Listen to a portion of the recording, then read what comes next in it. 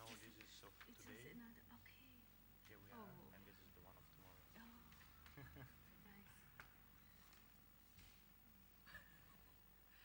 Allora, apriamo l'incontro di oggi pomeriggio, che anche nel mio caso è ovviamente l'ultimo della serie dedicata al concetto di Sacramento e in particolare al possibile utilizzo in senso e in ambito strettamente filosofico di questa nozione evidentemente originariamente teologica.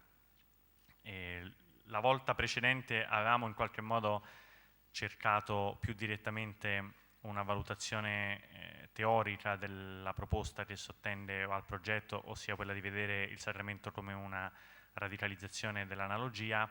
Oggi, in qualche modo, l'incontro di oggi è un capitolo forse precedente o un capitolo accanto a quella proposta teorica che voleva essere in qualche modo conclusiva, ossia è un capitolo dedicato a uno degli ambiti della filosofia contemporanea in cui rinvengo la possibilità di un uso filosofico del Sacramento, anzi più della possibilità, l'uso effettivo in ambito filosofico della nozione di Sacramento. Avevo citato più volte Agamben e la teologia politica, avevo citato e abbiamo dedicato un incontro apposta alla fenomenologia francese, appunto un terzo ambito, un terzo autore è Erich Auerbach. E, per parlare nello specifico di Auerbach ho invitato una collega esperta della materia, che è la dottoressa Adi Efal. Io dico solo qualche rapida parola per introdurla. Adi Efal viene da Tel Aviv, dove ha condotto i suoi studi e si è poi specializzata, perfezionata e ha avuto diverse borse di studio, attività di ricerca e di insegnamento in diverse sedi in Europa. Vado a memoria: Parigi, Vienna, Bruxelles, Bruxelles meno forse. Stai ora, you are now working on a seminar Yes. in Brussels, e ora è di stanza a Colonia, in Germania, dove conduce un progetto sulla nozione di habitus, sulla lunga durata dell'idea di habitus a partire dalla filosofia francese del XIX secolo e in particolare dall'opera di Ravesson.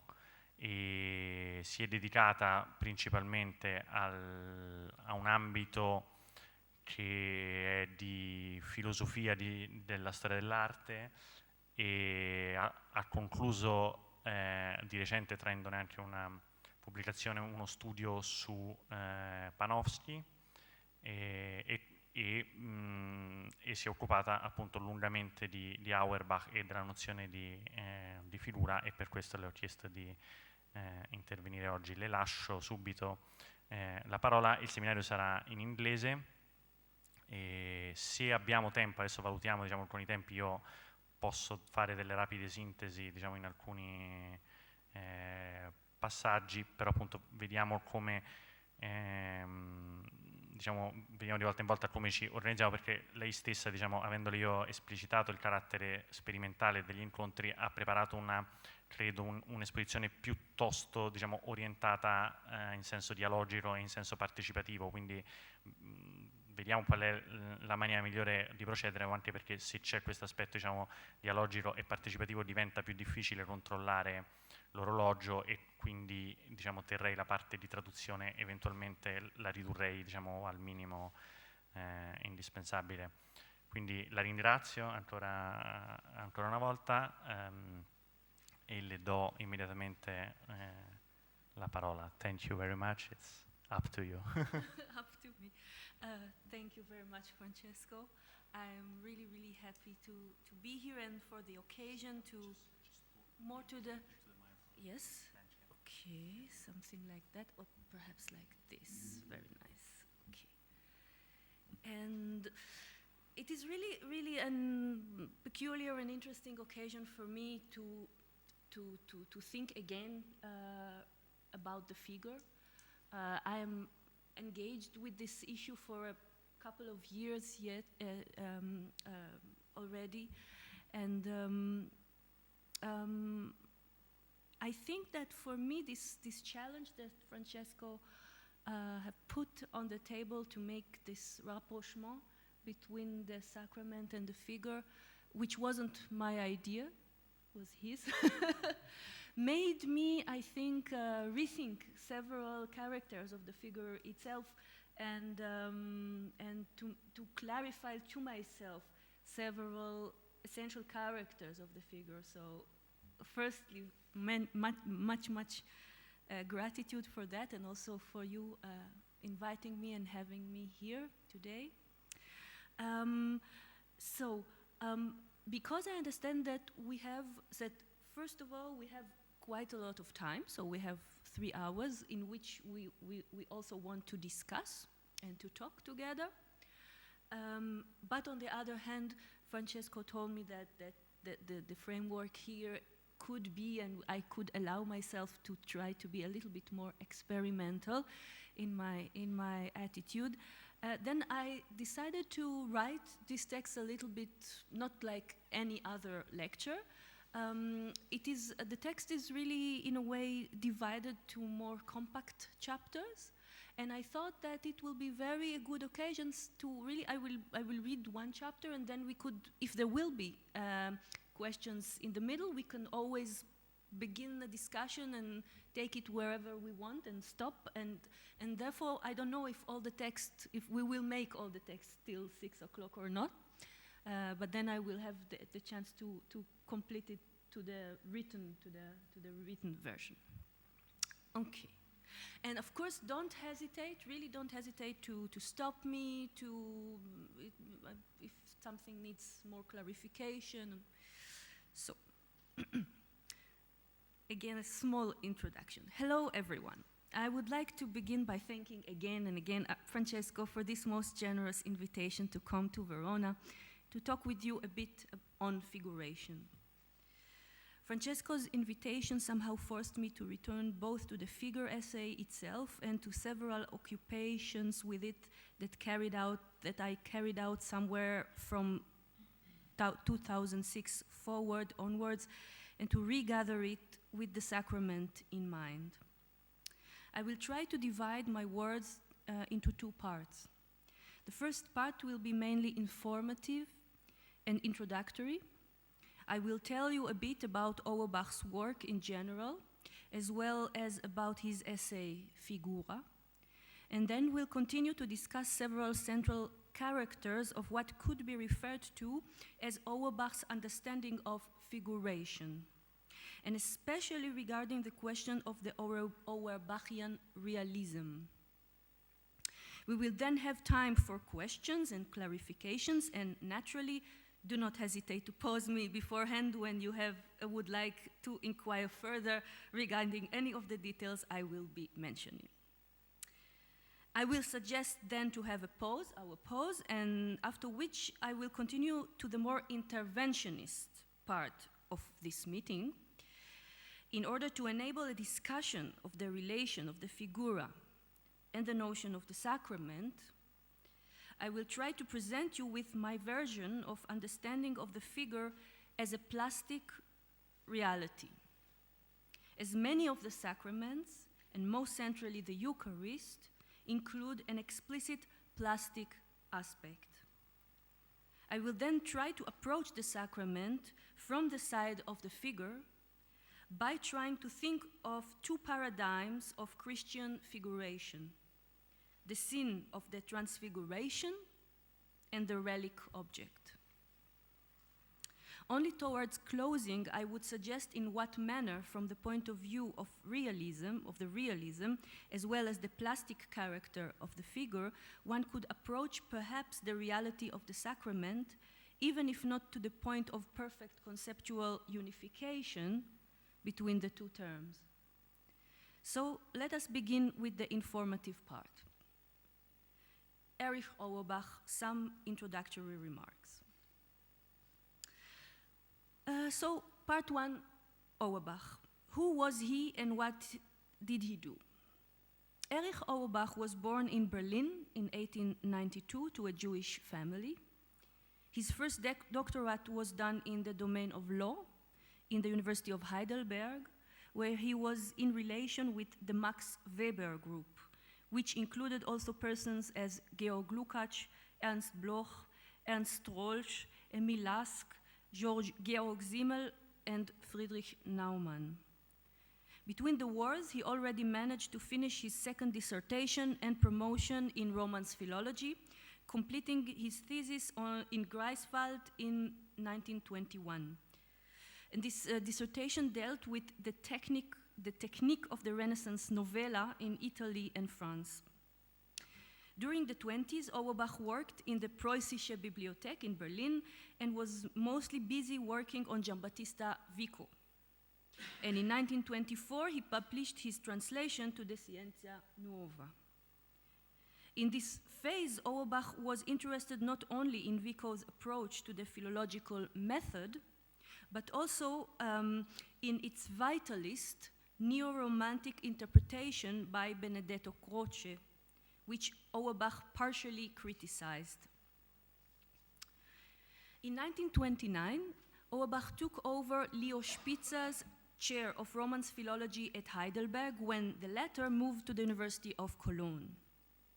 At that year appeared also Auerbach's major work on Dante, poet of the secular world. In 1933, after the rise of power of the National Socialist regime, Auerbach went into his first exile in Istanbul, where he taught and worked on his figura. And later on his well-known book Mimesis, which was out by 1945. In 1947, Auerbach moved to the United States of America to his second and last exile. And after working shortly at the Institute for Advanced Studies in Princeton with the help of Erwin Panofsky, he settled down in Yale and taught there Romance philology until his demise in 1957. For the benefit of our subject, I would add a few historiographical words on the status of philology, and more precisely on Romance philology around the turn of the 20th century.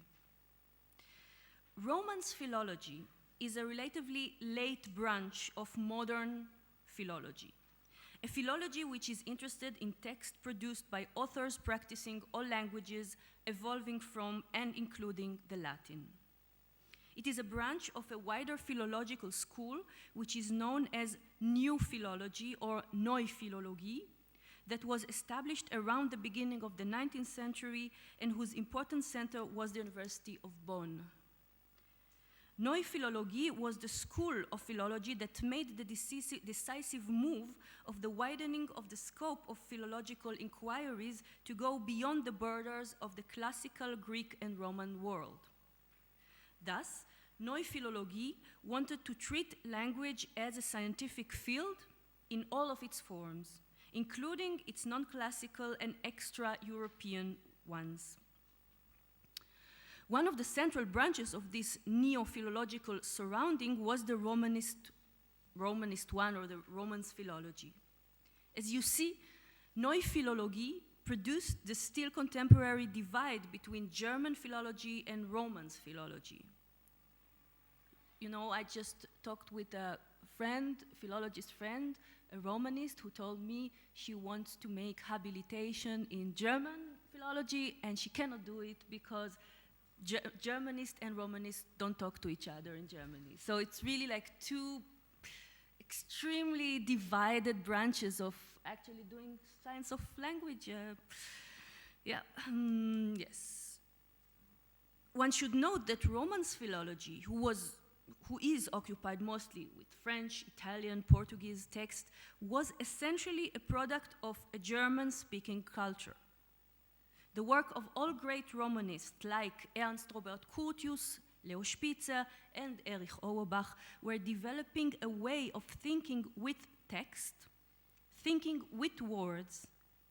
And some of the work of these authors are exemplars of thoughtful writing, occasionally engaging with philosophical traditions, concept, or standing points. all three writers forged their own versions of what could be called the philological atom. Spitzer thought of an etymon, Curtius on topoi, and Auerbach on the figure. And it is Auerbach's figure, or figura, that will be accompanying us through our trail today. It is the view of the present speaker that Auerbach's concept of philological method is strongly impregnated by his relatively early interrogations of the figure. This view was already brought up by several authors. I didn't invent this point of view. I will return to this point a little further down our road. So let's turn now to say a few words regarding the figura essay itself. To the essay on the figure. If there are any questions regarding Auerbach at that point, I would love to take them. Okay. Yes. Spitzer he has a very interesting notion of etymon, yes, which he defines around the 40s, and in a manner which really combines a kind of a vitalist philosophy with a morphological approach to language. So he actually believed that linguistic units or atoms are surviving through the ages and producing meaning movements, and which somehow the philologist must retrieve through something that he called philological intuition. It's really an interesting theme, this Spitzerian concept of philology. Yes. So they were developing the three. I actually just finished working on an essay about the three. So Curtius, Spitzer, and Auerbach regarding the three atoms of philology. They were all developing the same, these notions very similar to each other around the 30s and 40s. So towards the end of the Second World War, of course. And any one of them had extremely fierce criticisms regarding the two others. So Curtius was very convinced that his notion of topoi has nothing to do with figure, and they were quarreling amongst each other. But actually, I think that there is something happening within Romance philology after the World War WW2, which leads all three to this drive to really distinguish what is the unit of meaning that language can carry historically, because they are all historicists actually in their position. The essay on the figure. In 1938, Auerbach published in the journal named Archivum Romanicum his essay carrying only single word title, Figura. The long voyage that this essay performs serves as an introduction to Auerbach's engagement with Dante's comedy, actually, which, as we have just seen in the biographical exposé, was Auerbach's engagement with Dante was already established in Auerbach's work from the beginning of the 20s. Auerbach constructed his conception of the figura in order to be able to account for the special mode of realism, or earthly world, to be found, in his mind, in the Divine Comedy of Dante. Yet obviously the figura served Auerbach also as a process of self-correction in order to refine and distinguish his understanding of humanist realism. That said, one has to take into account that Auerbach's concept of the figure should neither be identified with the purely Christian nor with the classical Roman usages of the term, and that at least in Auerbach's version, the full figural structure is to be found in the humanist proto-Renaissance era of the 14th century. I guess a small synopsis of the essay will be useful to our later engagement. The essay is divided into 4 principal parts: the Roman and the late antique figura, the figura in the Church Fathers, the systematic structure of figuration, and figuration in the Middle Ages. The whole essay leads to this last chapter, which is dedicated to the discussion of Dante. Indeed, figura is one of those terms that should be characterized as belonging par excellence to the Romans' philological domain. In fact, the figura has no full equivalence in the Greek language. It is partially equivalent to schema or to morphe, being the form which makes the contour of bodies and things, giving them also a kind of a definition, but not necessarily their soul. Therefore, in any case, it is important to note that the figure cannot be considered as equivalent to the Platonic kind of eidos, also not to idea. The figura has particularly to do with the outer aspect of things, with the surface which defines the outer boundaries of things and bodies. Thus, in the Roman authors as Cicero and Varro, figura was applied in order to refer to that aspect of things which defines their material boundaries, their contour. And the term figura was intimately related with sensuality, with movement, and with change. As such, figura served also as a central instrument in the rhetorical terminology. Figures of speech are the ones who help the literal content of the speech to be more effective. They serve as the stylistic accentuating force of the speech or the discourse. Therefore, the figure has a persuasive force, which is integrated into the rhetorical construction. The Church Fathers, writing in Latin, adapted the idea of figura to their own domain of the ecclesiastic discourse. Here, one talks of an outer, material, inferior realization, which is that one of the Old Testament, and the inner truth, which is the one of the New Testament, and the pending revelation and salvation. In this structure, the Older Testament and its contents are referred to as shadows, bodies without full self-knowledge of the later, saintly, fully conscious occurrence of the New Testament. Prefigural elements appear clearly already in Paulus, who shaped the structure of the comparative meaning of the Old and the New Testaments. Both Adam, Moses, and Joshua are considered as prefigurations or figures of Christ. And many minor figures from the Ancient Testament serve like earlier types of the New. In its Paulinian version, the figural structure hangs between law and grace, Gesetz und Gnade.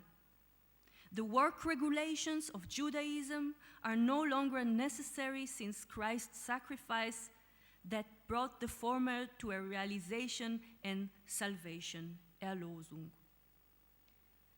Auerbach emphasizes that the Christian understanding of figuration does not give up the earlier Roman characterization of the figure. Yet, the figure in the writing of the Church Fathers gets 2 further essential distinguishing characters. Firstly, in their version of figura, every figure has a relation to a transcendent, or rather a vertical truth. Perhaps here I have something, yes. It can be a little bit confusing in the beginning, but I will try to explain all the parts together a little bit onwards.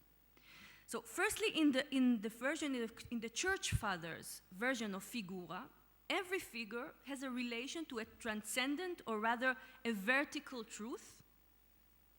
Secondly, comes the genuinely historical character of the Christian figura. This affinity of figuration with historical reality is extremely important, and we will return to this point a little later. The concluding part of the Figura essays deals exclusively with Dante's Divine Comedy, where Auerbach finds the full realization of the figural model.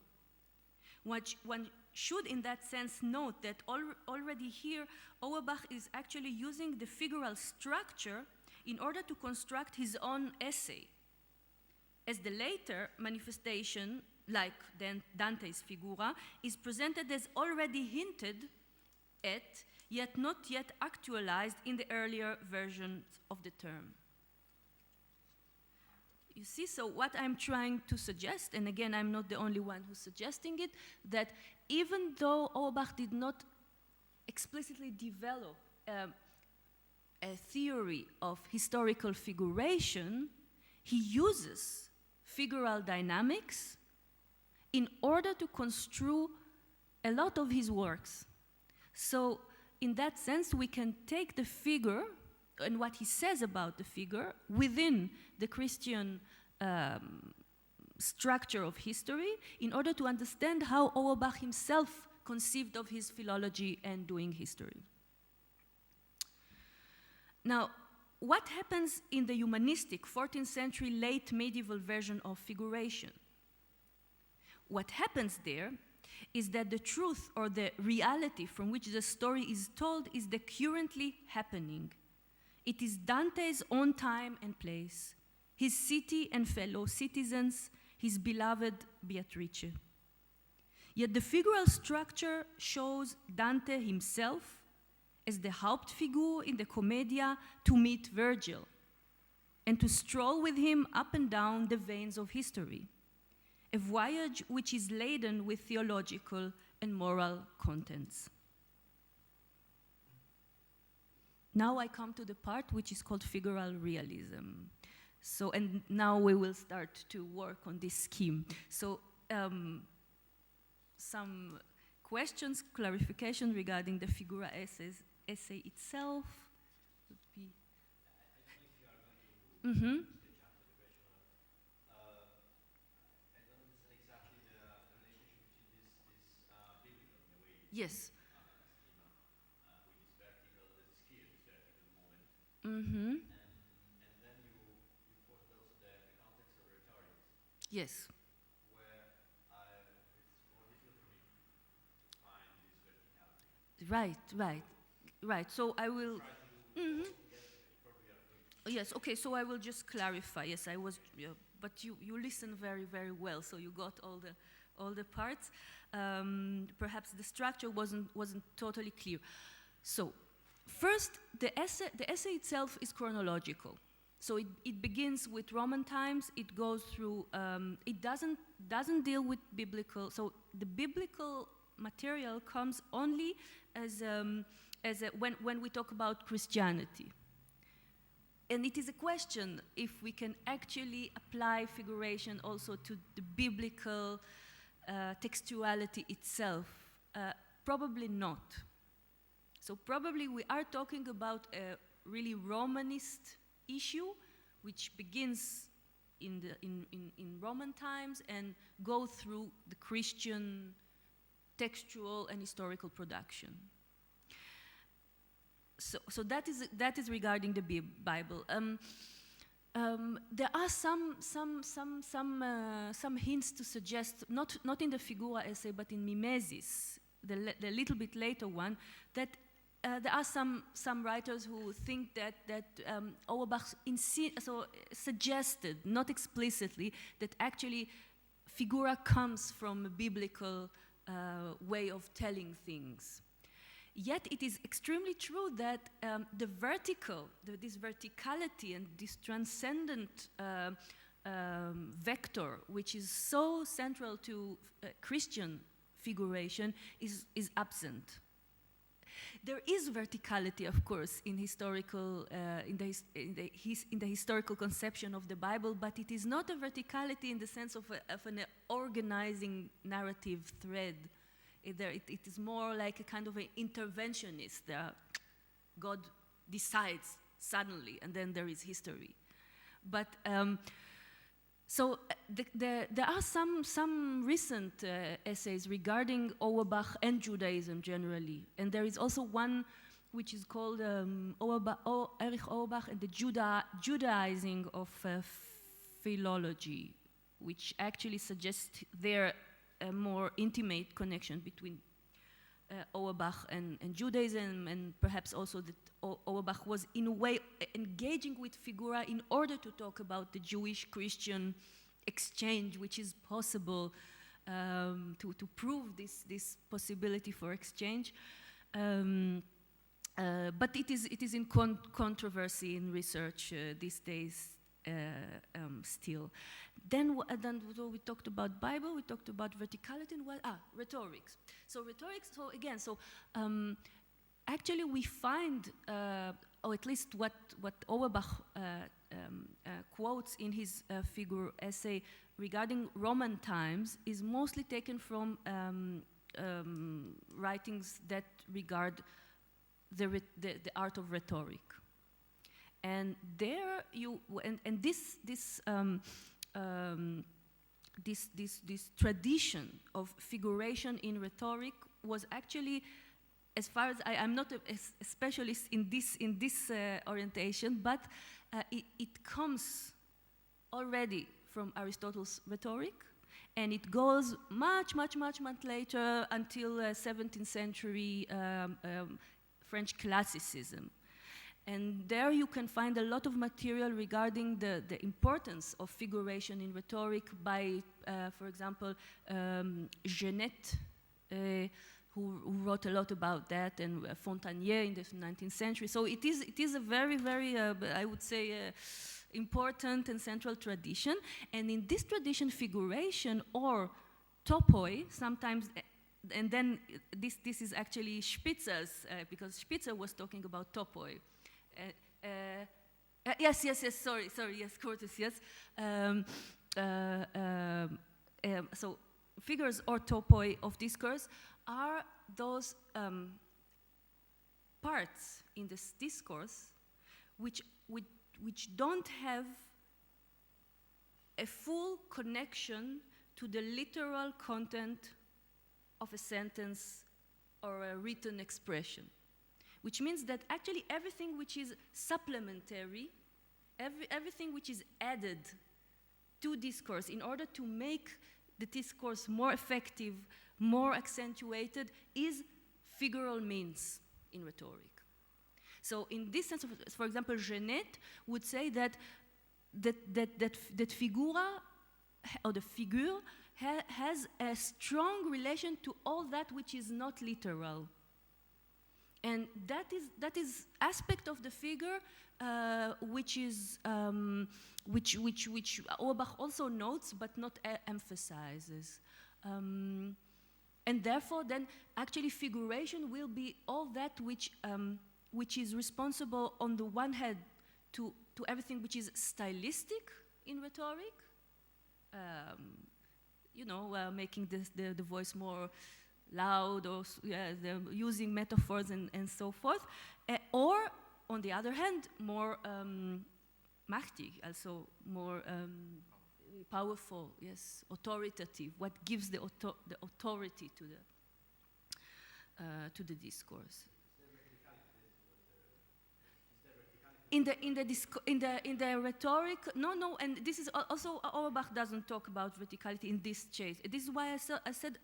Actually, both the historical accentuation and the vertical accentuations are made by the church fathers, by the Christian stage of figuration. But he insists that all those, so even also the rhetorical tenor of figuration was still in use also by the church fathers. So it wasn't, the ancient model was not left behind. Now we go into figural realism. Auerbach insists and emphasizes the realist character, or rather better said, the part that reality plays in the figural structure. So if you can see already in the schemes that I tried to do, here, this vector is what I called also before the vector, the this is even more complicated. So the horizontal vector would be the vector of history, of the development of history, of past and present, and also of the Old Testament and the New Testament.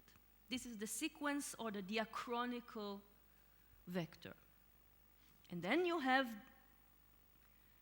a godly viewpoint, which Auerbach will also call figural Deutung, so figural meaning,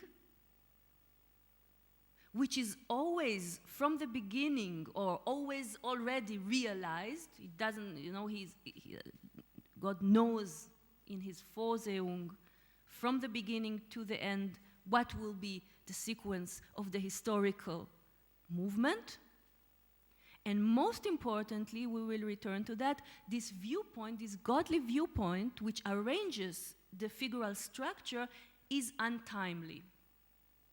It is not based in temporal, historical temporality, but it is above it and it organizes it. Okay. And what is also very important to see is that, in a way, figuration will always take place between two historical moments, and they are both very accentuatedly, for Auerbach, considered as historical realities, geschichtliche Wirklichkeit. So what he was engaged with in the 20s about the irdische Welt, also the earthly world of Dante, comes actually in figuration into even more thorough examination in this figura essay. So actually, you see, Auerbach is working on Romance texts, Romance philology, but he is asking the question of reality. And moreover, he's asking the question of historical reality. And I mentioned in the beginning that in Heidelberg, Auerbach was working not closely, but he was conversing with the Max Weber group. And this group, with Simmel and Lukács there and all the guys, were especially interested in question of what is historical reality. They were all somehow related to Neo-Kantianism, and they were all very much engaged with the question, how could the humanities actually grasp the concrete reality in its Sachlichkeit, in its thingness. So, here comes the Auerbachian formulations of figuration. The figure is a concrete, central historical fact, and it is realized by concrete, central historical facts. Thus, as the first instance, one has to emphasize that if there is a figural realism, then this realism would go more in the direction of nominalism, or rather, I think, even in a direction of reism, the reality of things, the specific things, and not to a direction of a Platonic realism of universals. We are not talking of this kind of realism, but actually on what was against the Platonic realism. Yet, the figure has a second realist pole, which is the side of the dogma, the vertical. It is the side of the godly, untemporal I, who is the one able to effectuate the homological reading. binding together the two realities. So here we have another trick, very interesting, that Auerbach makes. Because in a way, he suggests, again, latently and not explicitly, that there is a homology between the godly I, so who is actually to be found here above? I lost my cross, yes. In the Christian version, that would be God. But when we take the figural model and move it into the figural, the philological reality, who would be here would be the reader, the one who is reading history, actually, telling the story of human production. And therefore, the godly I and the philologist I are, if not identified, at least structurally similar. And in a way, we can, I don't know if that's this thing is allowed in philosophy of religion, but perhaps we could also say, I don't know, that the godly position in Auerbach or by Auerbach is somehow likened to a position of a reader who reads history. But this is all, I don't know, just came into my mind yet.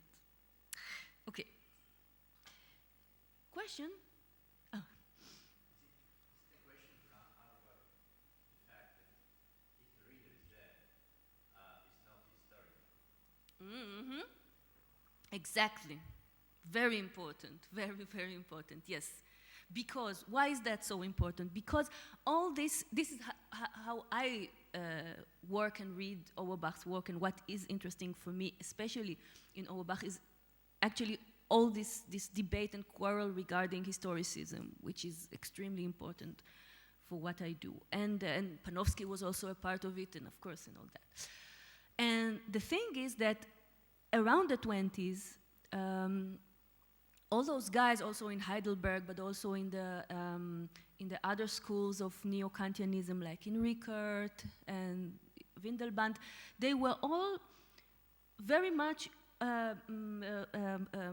worried about historicism, that is to say, about this line, the horizontal.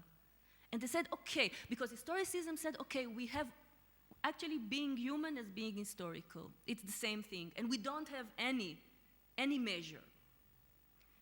Historical time is always in movement. We are always in that. The historian always needs only to take care for the fact, for the singular, for the one-timely, for all those. And you see also this is very much related to phenomenological discourse, which came afterwards. Also Heidegger comes there somewhere, actually around the same time and also around the same place, same area. And then, even without the theological accent, many of the neo-Kantian historicists who said, okay, we want to keep the importance of historical reality, of geschichtliche Wirklichkeit, but we want to find also some kind of a viewpoint which will not be timely, which will be untimely. And therefore it will enable us to understand also history and to narrate it and to structure it. And this was for the neo-Kantians, this upper point was the point of Werte, values. So Auerbach doesn't talk about values, but he talks about this point of the godly arrangement of history through figuration. So in a way, there is a possibility really to read the Figura essays really as an engagement, a very sharp but very, very articulated, a nuanced engagement with this question of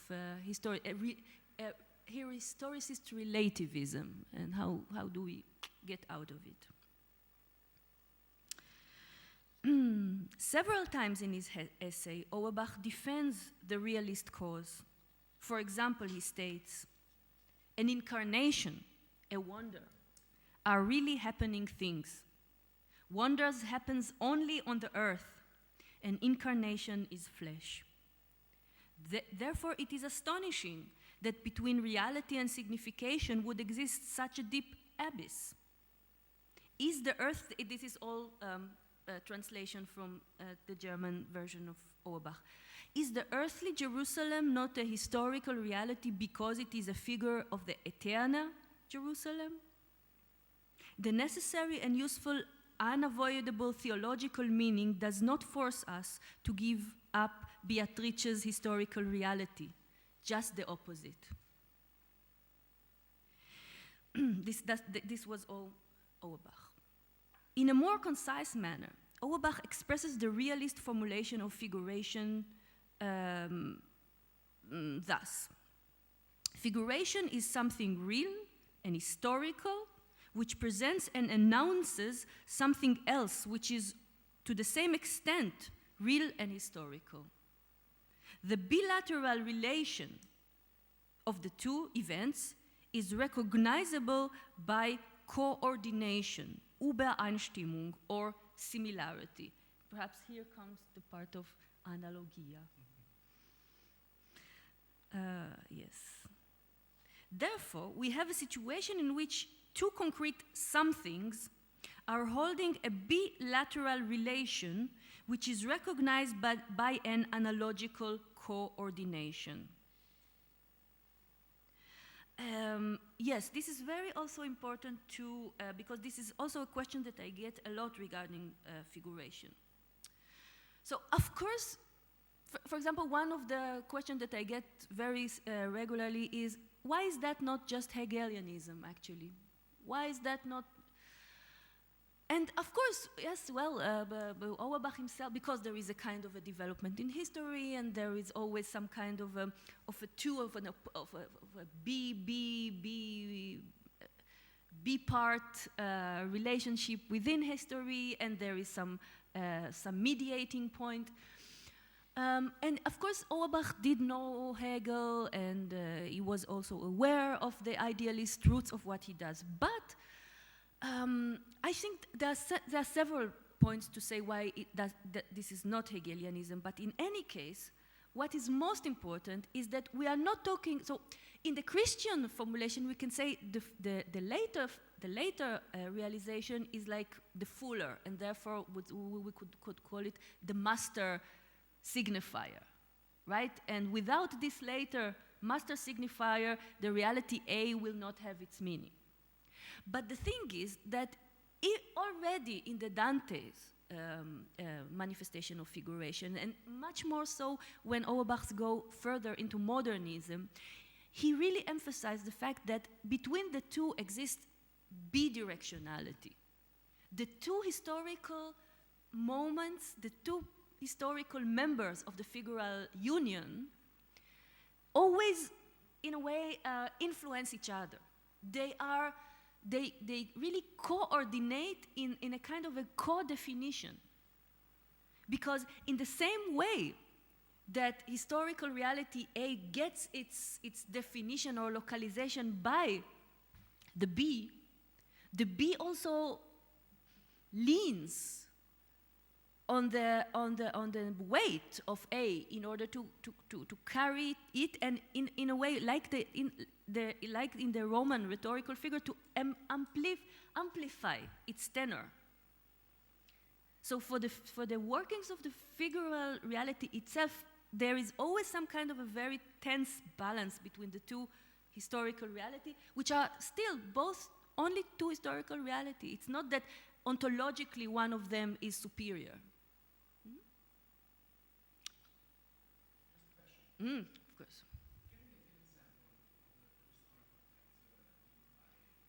Can you make an example of the historical text So, for example, it's very easy. For example, Joshua, the figure of Joshua in the Old Testament, and Jesus.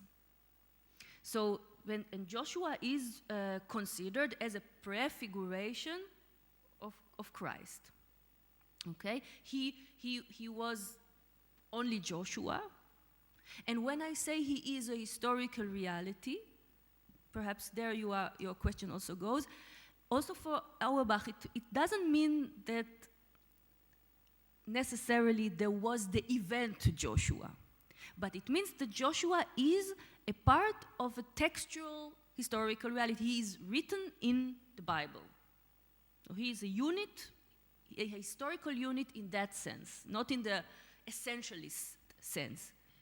And then for the example of Joshua, Jesus is very Yeshua is very good because it says, Auerbach explains, it has also an analogy by name, Joshua, with like it's a kind of a hint to the relation, the figural relation between the two. But we can also, and this will be very important to our next steps, the way, so he says, like Joshua brought the people of Israel to the promised land, so Jesus will bring his people, his believer, to Jerusalem of above, Ateana, Jerusalem, yeah. So there is, so the analogy is nominal, it's on the name level, but it also on the ethical level, in the moral level. It's something that Joshua did, which somehow prefigured the manner of action of Jesus. Very nice. Yes. You told us that there is a co-definition in the sense that there is no priority of one over the other. I didn't go so radically. To better understand, because Yeah, as I said, when we we say that Christ is a figura of Joshua, not prefigura of mm-hmm. most figura, I don't know, but anyway a figure of Joshua. In our words. You are very, very. I think it could be possible. Yes. Just because I have the impression that the approach is that in a way is not really historical in the sense that you can do that if you take history like a book or like a text. So in this way, of course, Joshua, meaning of Joshua, the textual meaning of Joshua, the textual, in a way, textuality of Joshua is influenced by the figure connection with Christ, and is reversible in the same way. Exactly. Mm-hmm. Mm-hmm. So just the difference of time, is one is before, another is after, this is just a detail in a way, in relationship to the figural connection. So, but that is possible only if you take history as a book, something that is as a whole. That is probably exactly what we cannot do. Why? I know. But this God's viewpoint, this is exactly his point. To read a God's viewpoint, but I think. interesting example is okay, but of course, as a philologist, Exactly as a if you philologist. insist on the historical reality of time being an historical reality of being, Mm-hmm. you have either to say, okay, history is finished, so history has a starting point and the end. In this case, I can have a sort of symmetry between two historical elements. Mm-hmm. One can be a figure of the other in a symmetrical way. Or you cannot do that, and then you can say, okay, history is often in the past and in the future. And in this sense, there is a symmetry. And if there is a symmetry, even the figure connection cannot go in the two directions. Mm-hmm. So, I think the question is also that to take the example of Joshua, Jesus enlightens Joshua has his prefiguration, but Joshua enlightens Jesus as his fulfillment. No? Mm-hmm. So there is a sort of this is same path, no? The one enlightens one, another one, but in two different meanings, different senses. So Yes. You said there are actually two senses of enlightening in each other. Mm-hmm. I like it. Yeah, thank you. but Yes. difference is a historical difference. Yeah. achievement Mm-hmm. and a great figuration. Yes. Also in the temporal line. Yes. So that there's no exactly No, asymmetry. no, no, no. I Because don't. there is a vector also in that direction. Of course, of course. Yes. So I think I try to. So thank you very much. You gave me new ideas to think about in my way back to Germany. Um, I will have to consider it very, very, very thoroughly. Mm, I will. Okay. I will start with your how, your, Giuseppe's first remark. First, because yes, we are talking today also about this Christian Jewish aspect of Auerbach's figuration. I would say that yes, I don't know. Perhaps David will agree or not. But you asked if whether Jesus can be a figuration of Joshua. For a Jew, yes. Yes. This I cannot say. I don't know. But I don't know. So this is exactly. He doesn't say that explicitly, but I say that from a point of view of Jewish viewing of history. And by the way, if I take all those Jewish thinkers that I am following, Panofsky, Auerbach, Spitzer, all of them, in a way, this is what they did in a way. They worked. They made a reaffirmation of the biblical erbe by the Christian classical tradition. They were really hot about I'm also very much. This is, I remember there was a moment in the Thomas Institute. I said to Francesco, some days I really feel like a Christian. It's like, yes, I am. Some days I don't understand why am I not a Christian. Yes, it doesn't match in my mind. But in a way, this is what we do. Or this is from.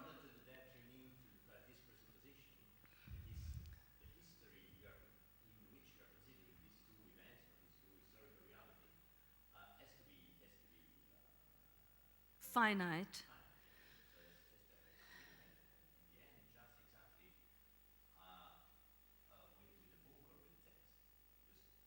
Yes, but I would say yes. It has to be finite.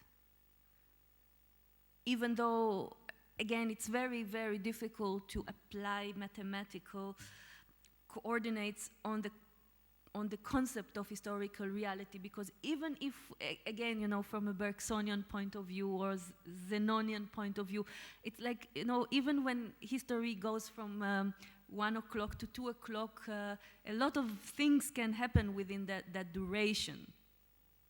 And I think this is, by the way, one of the intuitions of philology, that historical time is to be divided or dividable according to every inscription that the philologist can handle, whether it will be a text, whether it will be a document, whether it will be a painting or a poem.